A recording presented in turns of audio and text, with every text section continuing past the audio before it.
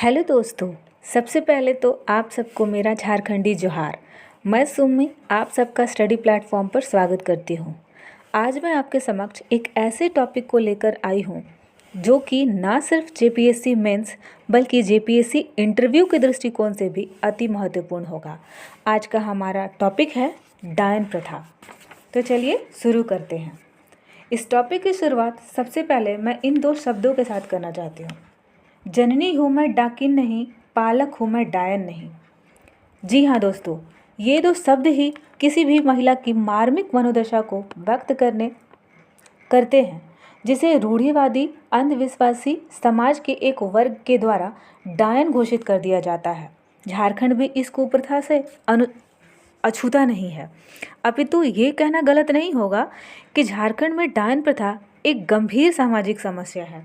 मुख्यतः ग्रामीण क्षेत्रों में फैली इस कुप्रथा के केंद्र बिंदु में महिलाएं होती हैं तथा उन्हीं का अत्यधिक मानसिक एवं शारीरिक शोषण भी किया जाता है। सबसे पहले हम देखेंगे कि क्या है ये डायन प्रथा, होता क्या है इस डायन प्रथा के अंतर्गत।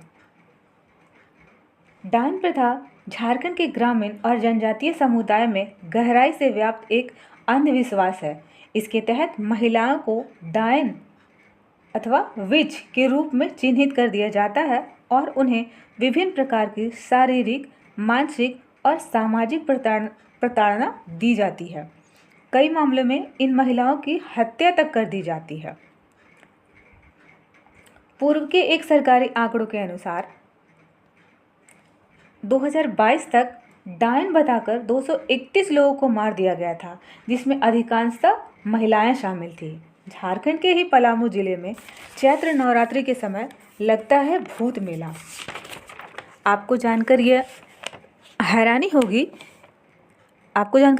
होगी कि यह कुप्रथा इतने व्यापक तरीके से फैला है कि झारखंड के ही पलामू जिले में भूत मेला चैत्र नवरात्रि के समय लगता है।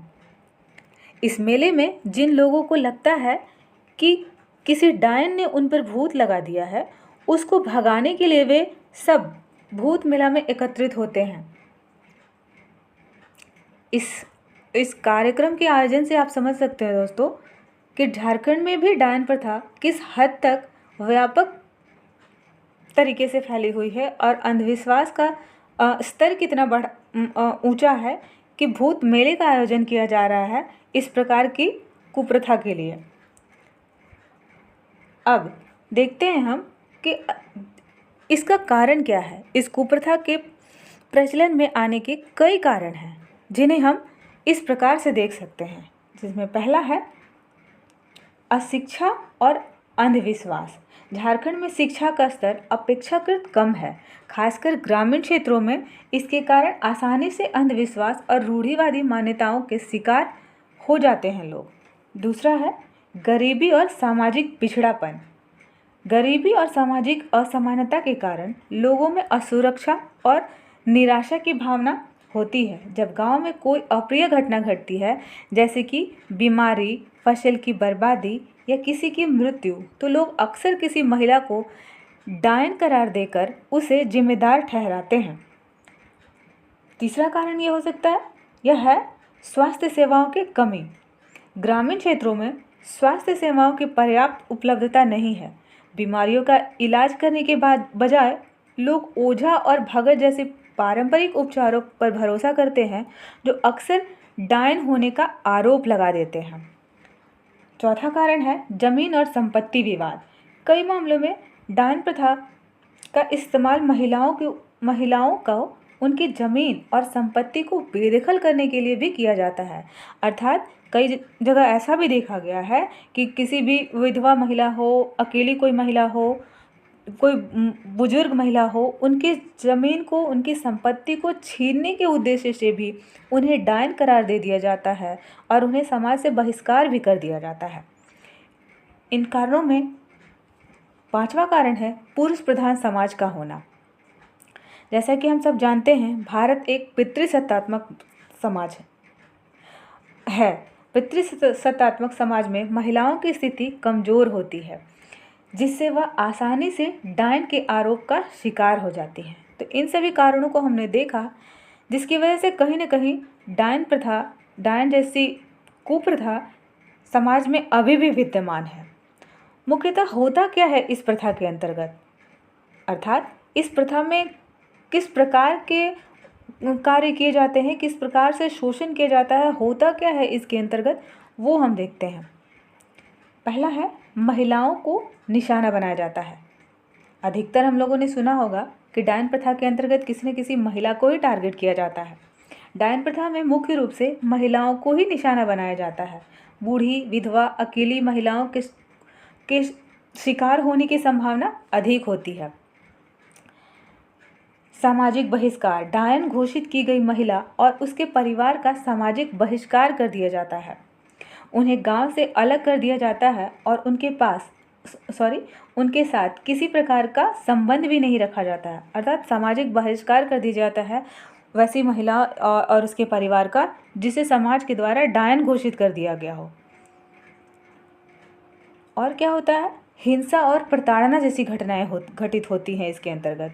डायन के आरोप में महिलाओं को पीटा जाता है, अपमानित किया जाता है और कई बार तो उन्हें निर्वस्त्र कर घुमाया जाता है, मलमूत्र पिलाया जाता है। आप समझ सकते हैं कि रूढ़िवादिता, अंधविश्वास किस हद तक फैला हुआ है कि लोग इस कदर गिर जाते हैं किसी को डायन घोषित करके उनके साथ इस प्रकार की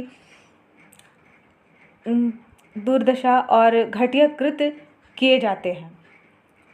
गैर कानूनी कृत्य, डायन प्रथा के नाम पर ही की जाने वाली हिंसा और हत्याएं गैर कानूनी हैं, लेकिन इसके बावजूद भी यह प्रथा आज भी जारी है। अर्थात गैर कानूनी होने के बावजूद भी हमारे समाज में डायन प्रथा जैसी कुप्रथा अभी तक समाप्त नहीं हुई है।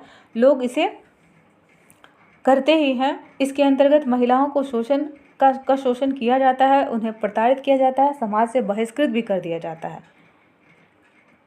क्या है कानूनी प्रावधान? झारखंड में डायन प्रथा को खत्म करने के लिए, डायन प्रथा को उन्मूलन के लिए कुछ कानूनी प्रावधान भी किए गए हैं, जो इस प्रकार हैं। झारखंड सरकार ने डायन प्रथा को रोकने के लिए डायन प्रतिषेध अधिनियम 2001 लागू किया है। डायन प्रतिषेध अधिनियम 2001 झारखंड सरकार के द्वारा लागू किया गया है, जिसका मुख्य उद्देश्य क्या है, झारखंड में जो विद्यमान ये कुप्रथा है उसको जड़ से उन्मूलन करना। इस अधिनियम के तहत किसी महिला को डायन के रूप में पहचानना, उसे प्रताड़ित करना, उसके खिलाफ हिंसा करना एक दंडनीय अपराध है।